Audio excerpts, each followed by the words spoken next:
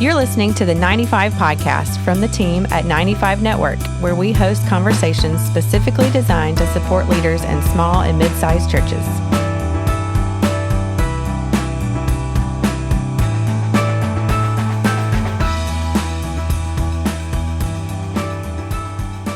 Hey everyone, welcome back to the 95 Podcast. I'm Dale Sellers, Executive Director at 95 Network, and I've got some oldie but goodies with me today.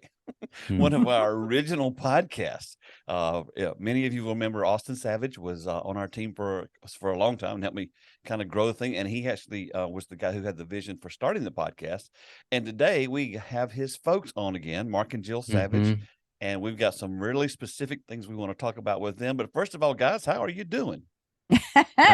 We're doing well. We are. Very well. We've really knee deep in marriage ministry, probably even more than the last time we talked with you. And loving every minute of it. Yeah. Well, as we record, you just told me off mic that you guys just got back from Australia. Was that ministry or was that for fun? That was for fun because one of our sons lives there. Okay, cool. And so we visited him for the Christmas holidays, and we had an opportunity to spend time with him. So 2 weeks. If you go to Australia, you go for 2 weeks. Right. Because it takes forever to get there. 35 hours of travel. Oh my 35 hours of travel each way. Oh, each way? Yeah, 35 hours there and then 35. And that counts like all of the flights and the layovers and all of that. But it was 35 hours. Yeah. So, we're pretty worn out from that. Well, I appreciate you taking the time to be with us today. And I've got you right where I want you because you're probably going to let your guard down because you're got jet lag. So there's no telling what we're going to talk about today. I know. Yeah. Or scary. Well, before we kind of dive into the topic that I wanted to discuss, kind of tell everybody, update us for those who may know you but haven't heard you in a while. What is it you guys are doing, and what as far as ministry goes? And I don't know who needs to take the lead, but I'd love to hear from both of you. What is it you're actually doing now? So Jill and I, we coach marriages that are hurting or marriages that are stuck. Which is pretty common for many folks in marriage, that they get to a place and they just find themselves struggling or not being able to really move past a certain point. And so we help couples do that. And so we do that through, we have online courses. We do marriage coaching, both in person and online through Zoom. And then we have our Marriage 2.0 intensive. And that's where a couple comes and spends 3 days with us. And we dig in, work on their relationship and really help them to identify what's going on behind the scenes. And usually in marriage, when you're stuck, it's not because of why you think you're stuck. We think oftentimes we think it's a marriage problem. It really comes back to it's a thinking problem. It's something you're carrying from your childhood. It is not applying God's truth. It's the lies of the enemy. I mean, there's just all kinds of things behind the scenes. And so we dig for those because we don't want to deal with the symptoms. We want to get to the root and to the heart of that. Yeah, definitely. Jill and I have seen great success that we're not just managing behaviors, but we're really getting to the root. And many times the root is more obvious than what we think. And that's been exciting. Jill and I, so often we're in the front row of watching God work, and what a great seat that is. Yeah, it really is. Focusing mostly on ministry couples, or just anybody? Anybody. But we do a lot of ministry couples. Yeah. A lot of pastors and their wives. We've had churches that have sent their pastor to us for a Marriage 2.0 intensive. We certainly are, it's open to whoever needs it. But more recently, we've also released some resources on, because really our specialty where we go even deeper is infidelity recovery. Mm-hmm. And so recently we've released a couple of new books for infidelity recovery. And I would say that probably 50% of the couples that we work with are recovering from infidelity. Yeah. Need hope. A lot of people are like, that's the end. That is the one thing that's right. the line. Right. And it's part of our story, as we shared on the previous episode that we recorded with you guys. It was part of our story. And so it really is a place that we have a heart to give people hope and the help that they need to recognize that God can redeem even that. Yeah. It's pretty exciting too, Dale, that because I had pastored for 20 years as a professional pastor, that you're still pastoring now. Yeah, just not I know. Church. Yeah. But we can really relate to the struggles that pastors carry, or that a pastor and his wife carry in their marriage. And boy, the intensity of pastoring has only heightened these last few years. Yeah. Well, before we dive into the book and that kind of thing, I just kind of thinking there's probably folks listening who don't know your story, and you were in ministry and you guys had some issues. So kind of walk us through the Cliff Notes version. Okay. Because we want to get to the book stuff, but I want people Right. to know that when you talk, you guys are living, practicing what you preach, because you've experienced issues yourself. And I was going to ask you this earlier. I mean, you said they bring pastors and staffers to you. I mean, do pastors really have trouble in their marriages? Isn't it just glorious and great when you're in ministry and you and you just live in the anointing and the glory all the time? They don't have problems, do they? Dale, wake up. Whack, whack, whack. Wake up and smell the coffee. Okay, that's a pretty good lead in. That is what people think. Yeah, good lead in. So, goodness. Yeah. And I mean, I think that, I think oftentimes pastors they struggle even asking for help, because deep down they feel like, I shouldn't have to. I should have it together. Exactly my family. Yeah. And I'll be honest with you, sometimes the church doesn't make that easy. No. They make it hard. Right. Oh, exactly. They reinforce the message. Because, guys, I've learned, I did not know this because I did not go to seminary, but I have learned in the last few years, because our entire focus at 95 right now, we haven't quit doing what we were doing, but we've added a soul care piece to what we're doing. And we've got a multiple, right now as we record this, there's like 9 or 10 soul care essential conferences we've got booked between in the next 4 months. And so I love it. There's such a need for that. But one of the things that happens is, I did not know that pastors are actually taught or have been taught in seminary. And Mark, it would be guys more our age, I think, who've been told things like, well, you can't let people see any crack in your armor. You can't let people know you have troubles. And then this was the one that I heard that just blew my mind. If you take care of God's family, he'll take care of your family. And I'm like, that is just bull, that's just absolute. When I remember being a kid growing up in a church and hearing an evangelist literally say this one time, and I was a kid, and I thought, that don't sound right. He said, it's God first, then your ministry, and then your family. Oh, he said it from the pulpit. And I'm like, yeah, well, I kind of reacted like you did, but I'm a teenager and I knew that wasn't right. So there's been so many things that were off the rails, out of sequence, off track before the pandemic came. And then the pandemic comes and it ramps up all the pressure. And what people tend to do is, when you don't know what to do, you go back to your default. Well, if your default is, well, don't let people see you have any problems, don't reach out for help, then it makes everything much worse. And so with that kind of a backdrop, walk us through what you guys went through, and then we're going to kind of dive into some of this new material you have. Yeah. So I had been a pastor for 20 years. I was on a large church staff, and then I helped launch a new church, and then we actually planted a church. I've been involved in starting quite a few successful ministries in our community. But 10 years ago, I retired from pastoring. Yeah, actually, it's now 12 years ago. Oh, y'all, gosh. I y'all know it. We're You're Yeah. not old, getting baby. older. Everybody else is. I know. Yeah. Uh, So 12 years ago. Yeah. 60 for me. I turned 60 is the new 40, by the way. Just wanted y'all to know. Oh, good. There you go. Yeah. Good. So I retired, but actually I ran like a crazy man. I found myself angry at everybody. I didn't like Christians. I didn't like the church. I didn't like our relationship. I didn't like Jill.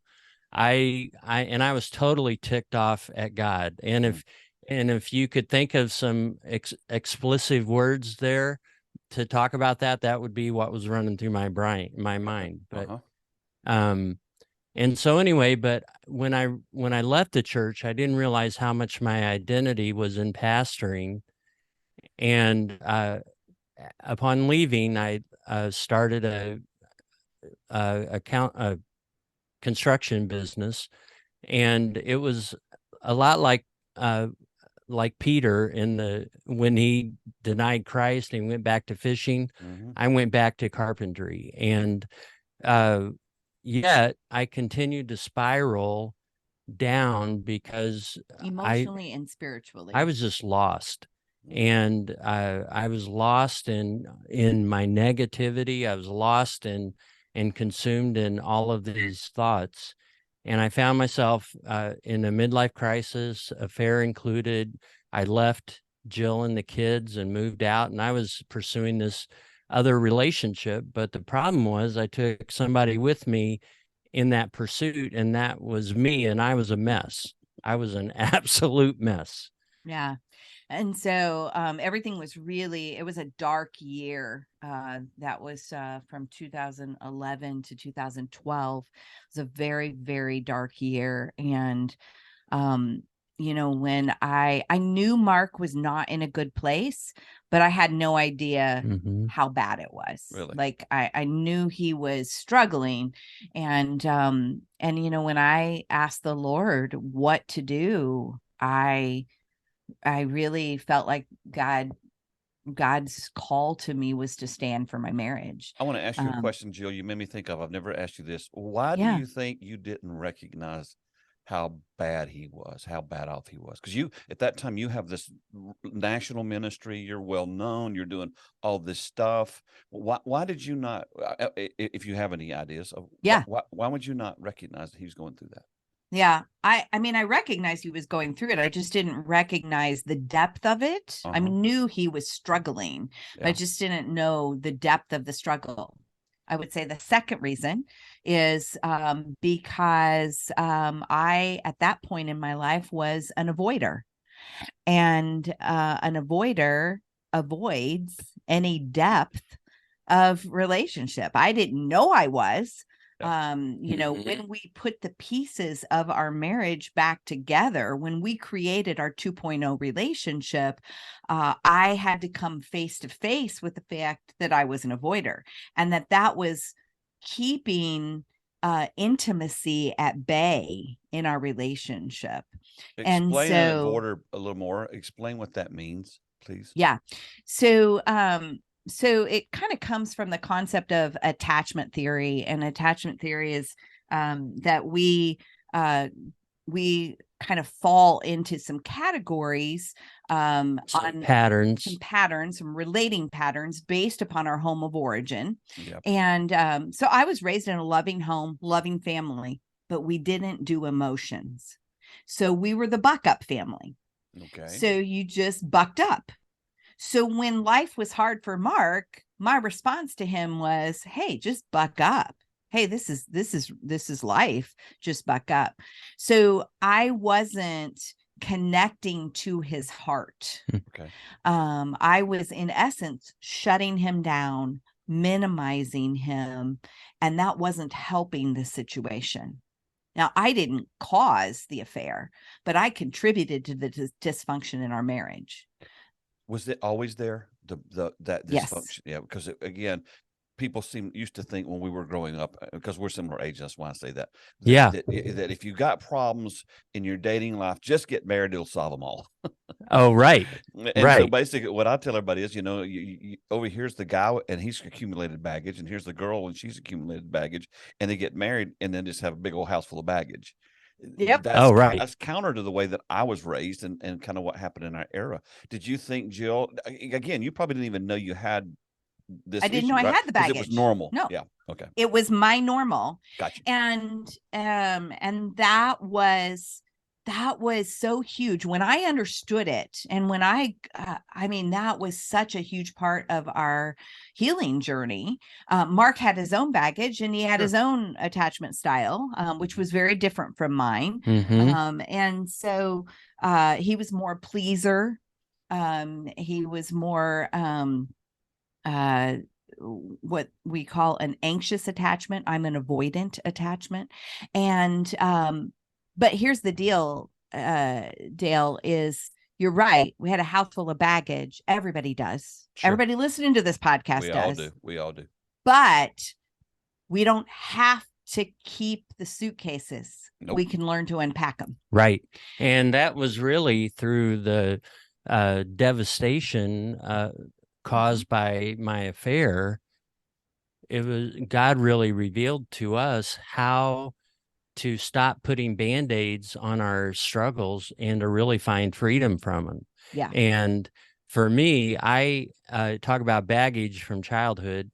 I grew up in a very chaotic, violent home, and I fantasized as a kid about the family I would someday have, and it would be perfect. Mm-hmm. And the problem was I wasn't a Christ follower. I didn't know what a healthy family looked like, and I had no one that I was connected to at that point to really help navigate that. And so I came into marriage with these huge expectations of what we were going to be with no plan on how to get there. And ministry didn't solve any of that.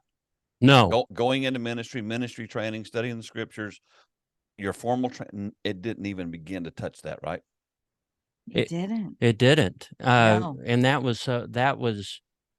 fueled my my anger at the Lord.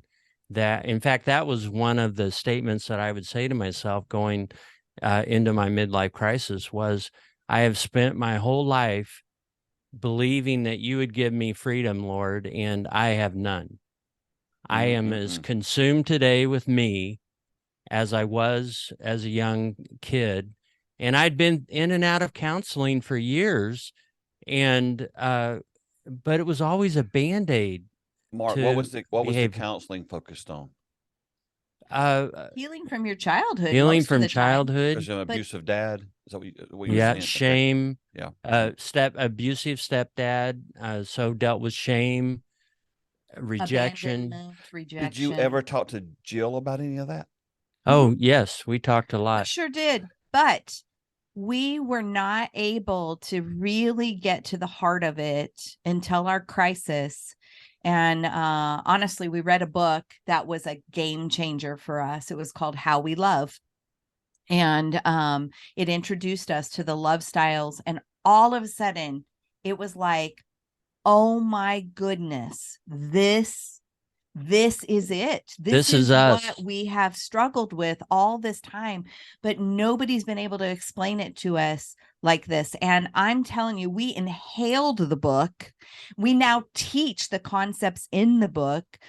It was really a huge game changer for us to learn about attachment styles and to recognize how to unpack our baggage. And here we are now 12 years later, and I'm no longer an avoider, Dale, not at all. Well, I haven't known you that long, but I would never have described you as an avoider. I know. Ever since I've known you, it's been like, get to the point, boy. Well, That's part of the avoider. But yeah. Right. Oh, is it? But, Okay. Yeah.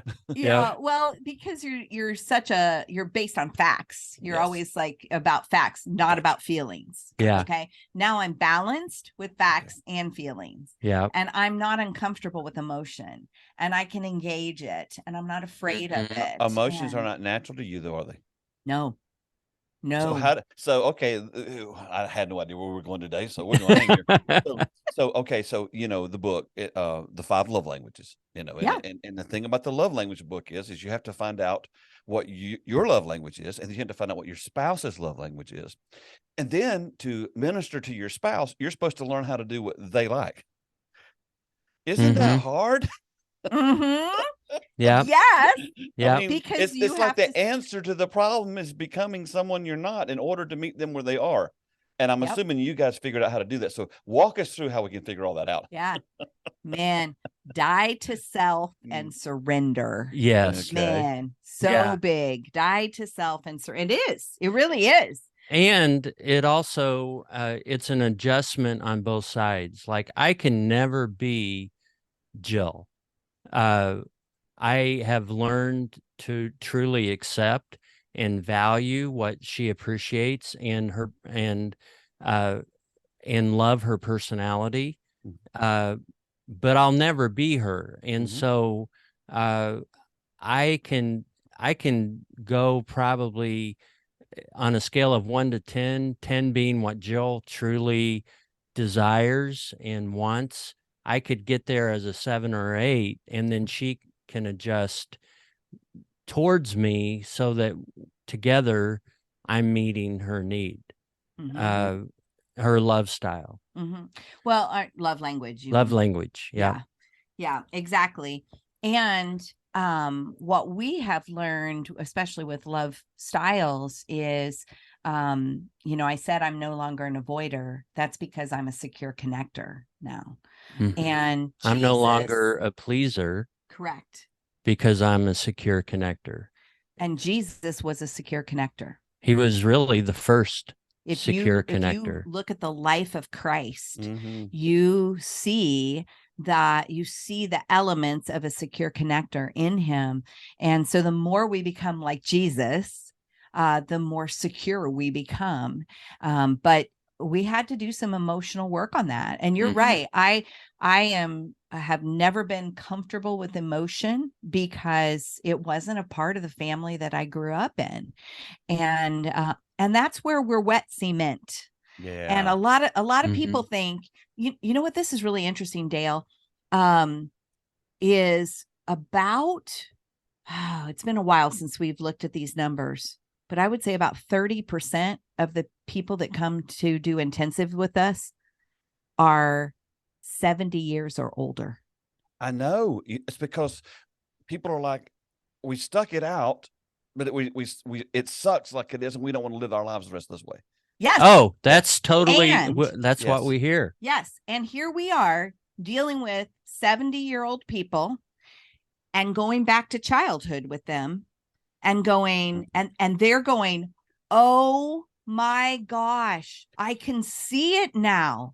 I can see how I have operated in this mindset. And we work a lot with folks, helping them move from walking in the flesh to walking in the spirit based on Romans. And Romans 8, 5 and 6 is kind of a core verse that we work with. And a lot of times when we're walking in the flesh, we don't even realize it because it's our normal.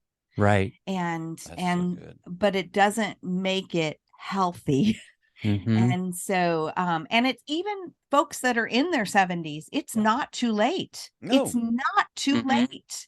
It's never too late to do the right thing. That's exactly right. All right. I got one other question I want to ask you, and then I'm going to transition to your book or books in this arena. How did you, what attracted you guys to each other when you first met? That's great. Yeah. Jill's smile, her eyes, her beauty. Oh, you're so sweet. And I think her strength. Do I need to take a 5-minute break? Yeah. Oh, and I think her strength and confidence Mm-hmm. that that I craved that from not having that in my childhood. And steadiness. Yeah. Yeah. Yeah. You didn't have any steadiness in your life, and I was really Yeah. pretty steady. Okay, my turn. Okay, what about wait a me? minute, though, Hank, Yeah. just a Oh, second. The other thing is, so Mark accepted Christ at a Billy Graham's crusade. right. Oh, that's awesome. Yeah. And so It was that a was- year before we met. right. And so you were specifically looking for a believer. And Yeah. you told me that on our first date. Yeah. Yeah. He said, I'm a new believer. I don't know where you sit with faith, but if you're not, I'm not interested. Even though I think you're the hottest thing I've ever seen. I know. I know. Please be interested. Please love Jesus a little. Yeah. Yeah. But I think for me, I was drawn to Mark's sensitive heart. The very thing. Whoa. Miss non-emotion? Exactly. Because I didn't know that. Uh-huh. I don't think I knew that. Okay. But I knew it was like a missing piece of puzzle, Mm-hmm. Okay. right? Gotcha. And I think a lot of times we don't know really what it is that draws us Or why. that Mhm. is. But I better understand that now, because he just had this gentleness and this sensitive side to him, and I was drawn to that. They say opposites attract, right? I got a good friend that says they attract, then they attack. Yeah, That is true. Opposites true, attract, because- and then 3 months later they attack. Yeah. because the very thing that drew you to each other is what drives you crazy when you start doing life together. Right. Absolutely. Yeah. Absolutely. Yeah. Well, I've always wondered that, and the way y'all were talking, I'm thinking, well, people got to be thinking, why do they ever get together? Well, you Right. explained it, and that's for the listeners right now too, because some of you are struggling in your relationships, and at times, the thing that I see happen often when I do counseling is, or I did it, I don't know as much now, but we just, okay, explain to me why you even got together at the beginning. Mhm. Yeah. And if you ever get a chance to do that, it kind of softens their heart a little bit about they saw things in the other person that they actually knew they needed in their own life. And Right. so that's kind of where that went from. We're going to take a quick break. And then when we come back, I want to dive into your book. So we're going to take a quick break. We'll be right back. Okay, back with Mark and Jill Savage right now, talking through all things marriage to these marriage gurus who understand the stress and the strain of ministry marriage. I know this is airing on Valentine's Day, and there's so much I don't know, fluff built around the holiday or whatever, and outside pressure. And what we're trying to help everybody understand is, look, until you get to the point you just get honest and you get real and you strip it all away and you let people see who you really are, you're never going to be healed. And I think sometimes we're just full of shame, and that's what keeps us from being vulnerable. Yes. If you've seen that, Absolutely. Oh, it's Well, huge. dive in. I've not only seen it, but that was part of the stronghold for my own life, shame and rejection. And I filtered all of my interactions, especially as a pastor. All of those interactions with church leaders was filtered through shame and rejection. And to finally be free of that is, it's incredible. Mhm. It required hard work and diligence on my part, but it also required some drastic changes that I had to make in my own life so that I could find freedom. Yeah, I understand completely. You know, I wrote the book Stalled, Hope and Help for Pastors, who Yeah. thought Yeah. they'd be there by now. And you were one of the very first people, Mark, that reached out to me and go, dude, this is exactly my story. Oh, I know. And one of my great regrets in life, which, you know, I don't live this way. I don't live with, you know, thinking about my regrets, but it's just that I was 55 years old before I realized that Jesus wasn't keeping score. Yeah. See, Yes. I didn't react like with Gina the way you reacted, you know, but I still had the same issue. I felt like I wasn't Sure. measuring up. So I just Yep. couldn't perform enough. And I grew up in a church denomination that teaches against that. But honestly, our denomination would teach, you're saved by grace. It's a free gift, Can't do anything to earn God's love. Can't do anything to make him reject you. But then we spend the rest of our life after we're saved, proving how saved we are by our works. So I know. Right. It's so, it's so hard. And I think that the church in general perpetuates that from the leadership over the pastor, and then from the people who are looking to the pastors as perfect, as if we're Jesus Christ. And man, we're not. Well, that's the truth. Jill, did you deal with shame too? I really haven't. Okay, that's what I was wondering. I really haven't, not at all. And I have dealt though with perfectionism. What I call the perfection infection. In fact, I have a 3 book series, No More Perfect Moms, No More Perfect Kids, and then No More Perfect Marriages, that really came out of my journey of moving out of the perfection infection. So I dealt with it. I dealt with that, but no, I have never dealt with shame. And so that's not been a place that I have struggled in. I haven't understood it. But I will say that I have had an incredible amount of compassion for Mark as I've become less of an avoider.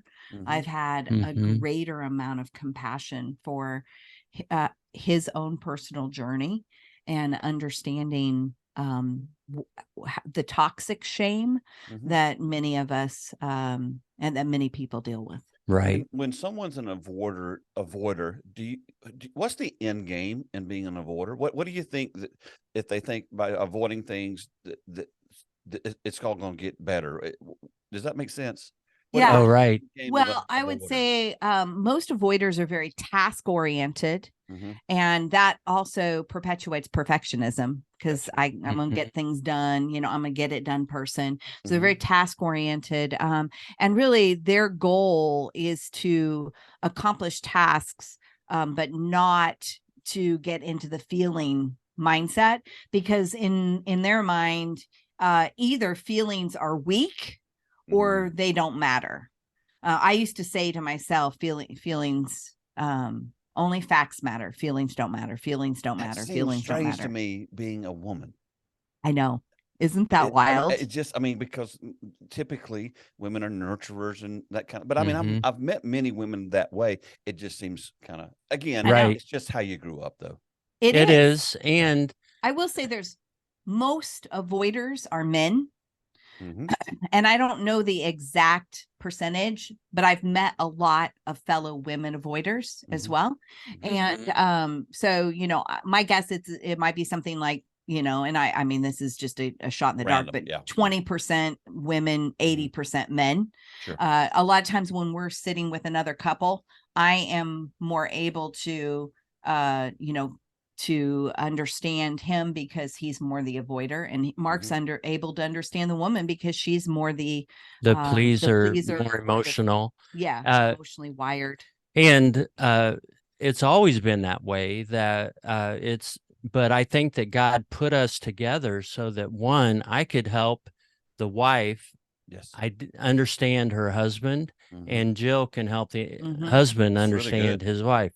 And so I love that we team together to help couples get better.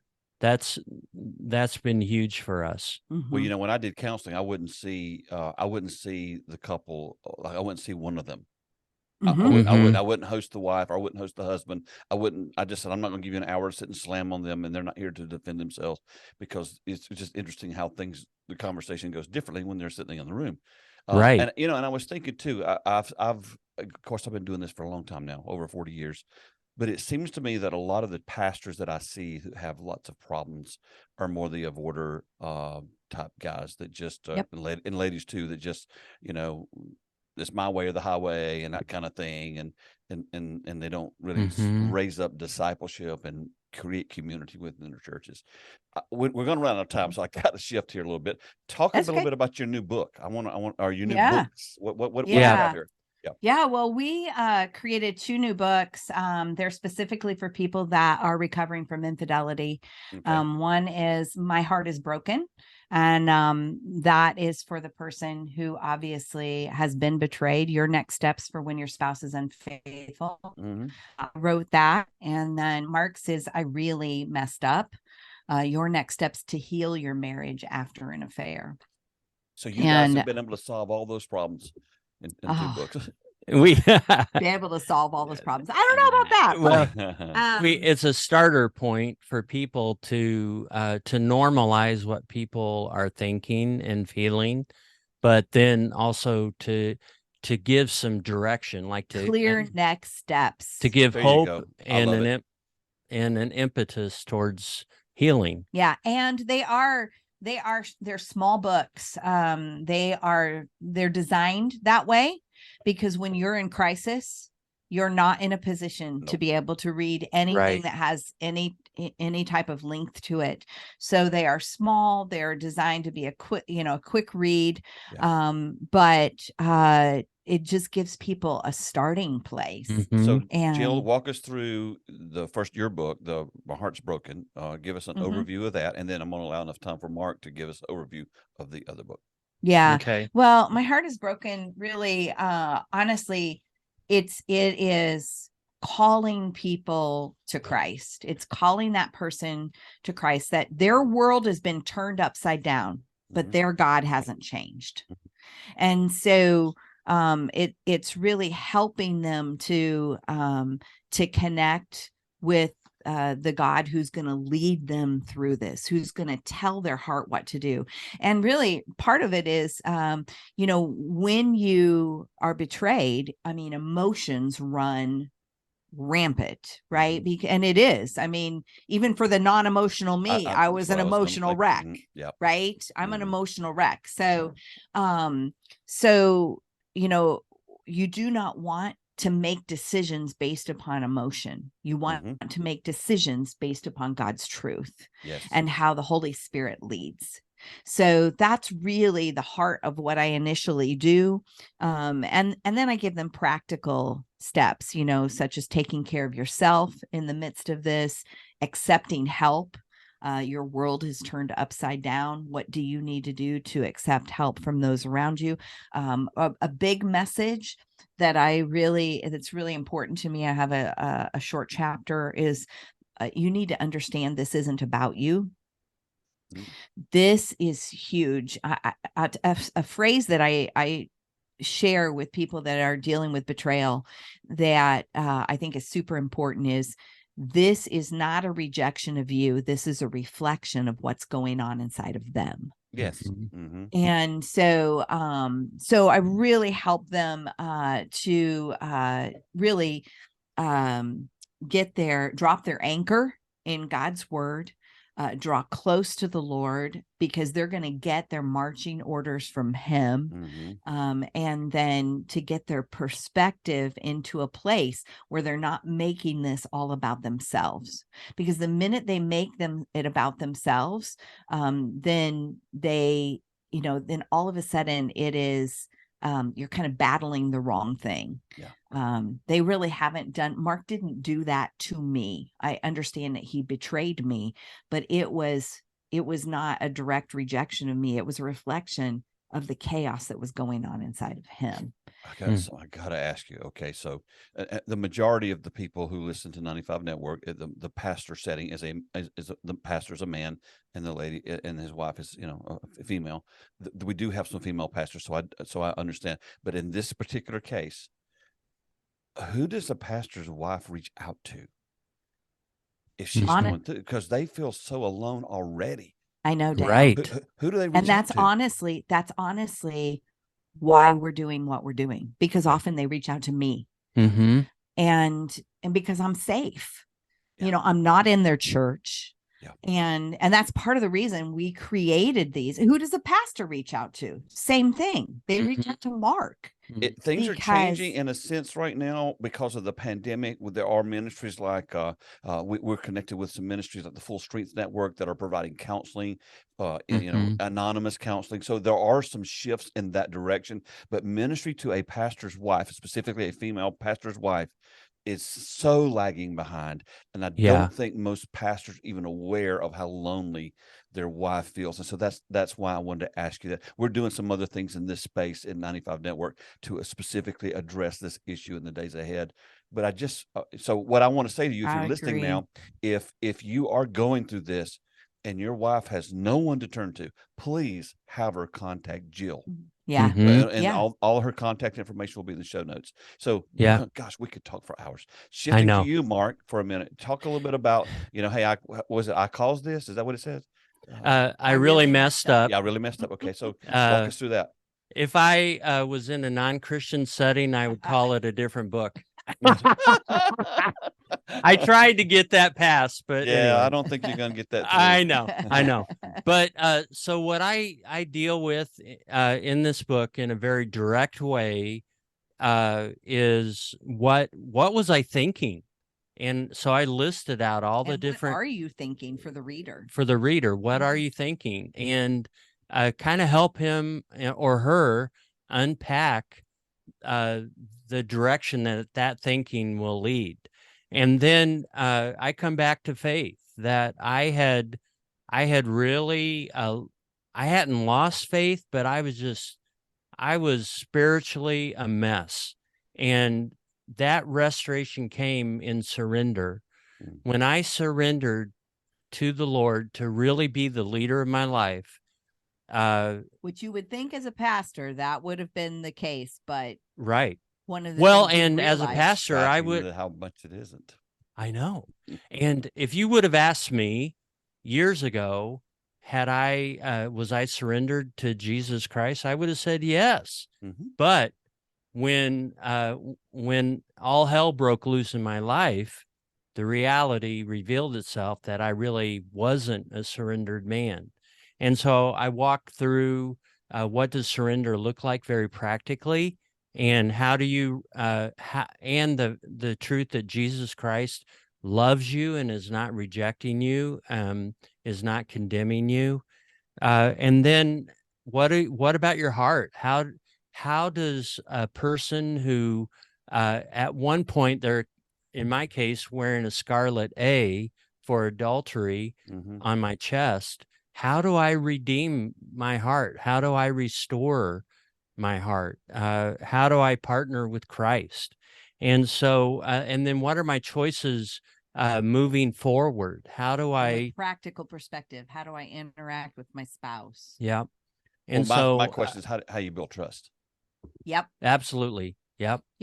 And so we talk about, both of our books talk about that to some degree. We actually have an online course called Rebuilding Trust, right? That many couples who start with the books end up in the course because it requires. Bottom line, you only restore trust by consistent change behavior over time. Absolutely. And you know what, Dale? Both of us had to restore trust with each other. Right. I was faithful to my marriage, but I had minimized Mark so much, and I had operated in that buck up mindset that he didn't trust me with his heart. Well, and I felt parented by Jill, and part of rebuilding the trust was she had to stop being my mom. And I know you have more there, but isn't that what you were looking for when you married her? I didn't want a mom. I wanted a strong partner. Okay. And there's a difference. And so, but Jill would say that she is very strong, but she was misusing her strength. And something that Jill and I have learned regarding, and it's pretty right on, is that when a man doesn't know what to do, he'll do nothing. Amen. So he'll be silent. When a woman doesn't know, it is. And when a woman doesn't know what to do, she'll do anything, even if it's wrong. And so, as Jill grew in strength, I grew in silence to the point that I just shut down. And part of the choice I had to make was I had to find my voice to respectfully and lovingly communicate to Jill what I was thinking. Yeah. How was that for you, Jill? It was funny. I actually craved it. Did you, Dale? I actually craved it. The first time I spoke up and stated my opinion, we were having a negative conversation, and when he spoke up, you know what I did? I hauled off and kissed him. Ooh. Big kiss. She was like, gosh. And I was like, I have been waiting our whole married life for you to have an opinion. I'm like, you are a sick woman. So all you listeners right now all you have to do, yes, up, and you get a big one right on the lips. It takes it to a whole new level, And it was important. I'm going to ask y'all a hard question because we're getting kind of close to the end, and it just popped in my head, and you can answer it or not answer it, but I hope you will. Looking at your life today and all you've been through, if you had to choose to go through what you went through, would you go through it? If it was the only way that I could get to where I am today, I would. If we could have gotten there without having to go through what we went through, I'd choose that route. Right. And I do question that we spent a lot of years seeking help and we didn't get competent help. We got Band-Aids, managing behaviors. And so what Jill and I really work to do is help move people quicker to a healthy relationship.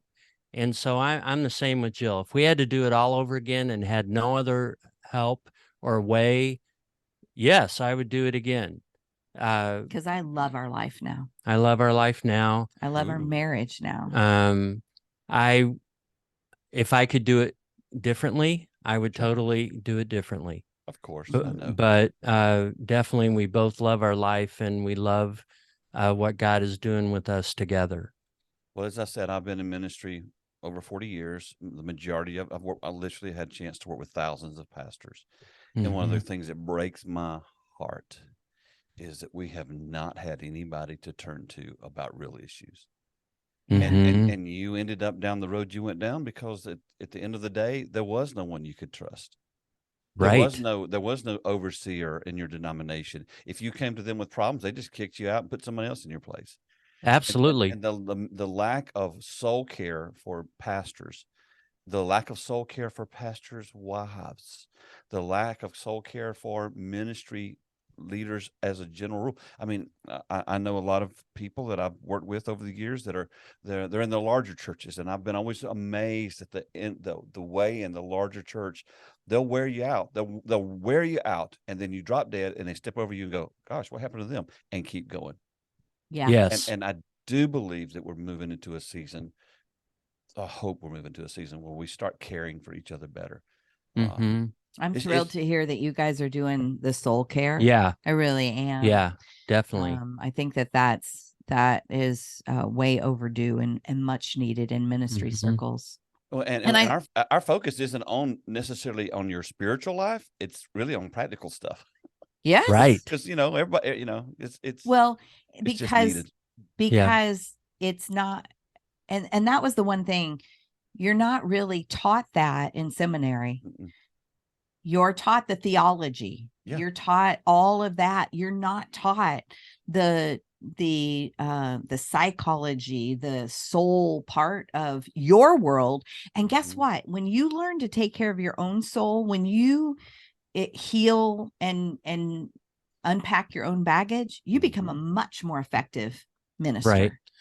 I was just thinking that if we would really be intentional about growing a secure soul, we would experience the greatest success that our ministry hearts would ever desire, because our confidence is in what's secure. it's in our soul that's been transformed by Christ. And that's what the world craves. And we're missing it. And so I'm glad that you're actively engaging it. Well, you can pray with us that they'll actually show up. Yeah. We've had so many conferences we've done where pastors have said this to us. They did it last season. They would say, we know we need to come to that conference, but right now my life is such a mess. I just don't want to hear anybody. And so but we're getting to a place. I mean, I saw a statistic, and again, it was a Barner statistic, but it's that 50% of pastors under 40 are considering leaving ministry. Now, if that's true, which I hope it's not true, that's tragic. It would be tragic for all of us.